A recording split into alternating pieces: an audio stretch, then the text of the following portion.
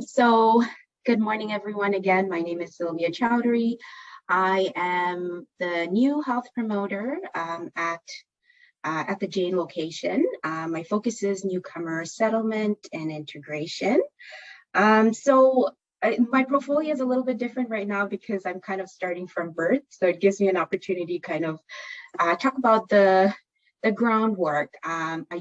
I may not have beautiful flyers yet because my programs are just in the birthing stage. So bear with me, and we'll kind of cover some interesting things within this portfolio. So just an overview. Today I'll kind of go over a roadmap to show you how I'm starting and where I am and what's the future. And we'll look at some areas of practice, and at the end I'll end with what are some opportunities moving forward. So to understand relevant barriers in the community, I really just started to gather information using health promotion strategies to kind of plan. And within the information gathering, you looked at external reports, internal reports. This included, our client surveys, our community profiles, journals, articles, and really focusing on, the Jane site and the communities that we serve, and then brainstorming within the networking tables, within various clusters, making anecdotal notes as I met with community members, with staff who, see clients one-on-one, and also just, talking to communities during our food distribution and just within other programming opportunities as well. And then through that, developing a work plan using a reflective practice. So I'm kind of in that stage where I just finished my work plan and implementing some of our wonderful summer programs. So that's kind of the roadmap, just to give you a picture of how I started and where I am. And with all those information that I've gathered, these are some of the barriers that I identified in the Jane side relevant to my portfolio. So really the current positioning with COVID, the most vulnerable were affected the most, including newcomers, immigrants, refugee claimants, and other racialized populations. So before COVID, they were affected. With COVID, they were affected even more. Food insecurity is among the top issues, whether it's, one-on-one through our dietitians. Some of the top issues that continue to come up is food insecurity, including a large number of people coming to our food distributions. And then within the area, there's a high number of low-income families as well. So gathering, understanding the current position, this is what kind of led to a focus on food insecurity. Food insecurity is specific to, lack of financial empowerment and underemployment. So that's basically the focus within my portfolio and within newcomers. So in terms of practice areas, what this looks like on a micro, meso, and macro level using food security related to income.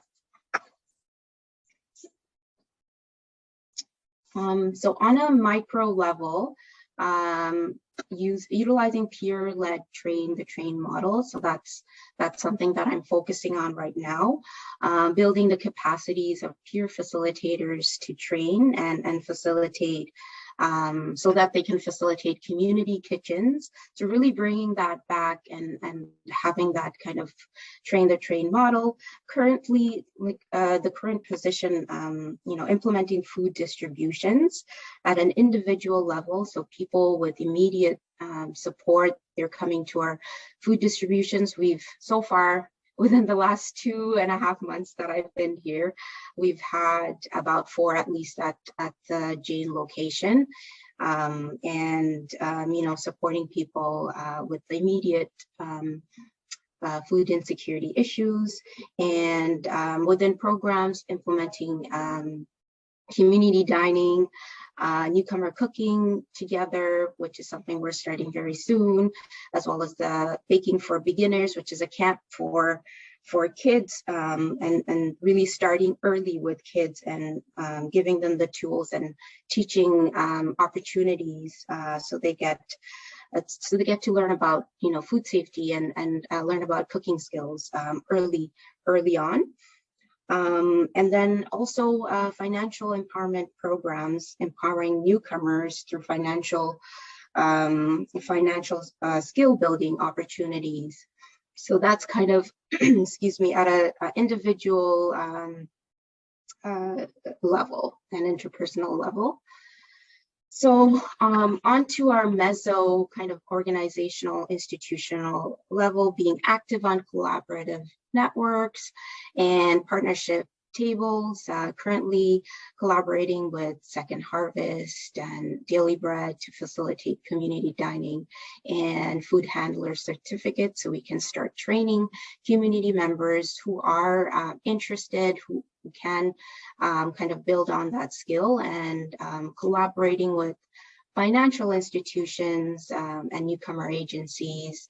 TNG is one that Danforth is utilizing right now. The goal is to also, collaborate with them to provide financial empowerment opportunities for community members at the West End also, and also internally collaborating with our food security allies, such as our registered dietitians, our other health promoters, other health promoters, focusing on equitable distribution of foods and training opportunities. That's something we did for our food distribution, really, attaching an equitable question to our questionnaires to support and identify who is in need of more support around food security, and really supporting them rather than, providing those who've probably already received a food basket, and really focusing on those who need those immediate support. So moving on to the macro systems level. So what I'm doing right now is advocating for a move away. And when I mean I, collectively, move away from short-term approaches such as food banks to focus on income-related solutions through larger collaborative efforts. Our current positioning advocating at a larger networking table to collectively working on priorities through various clusters, such as the York Western Pelham, and then the West Mount Dennis service providers as well.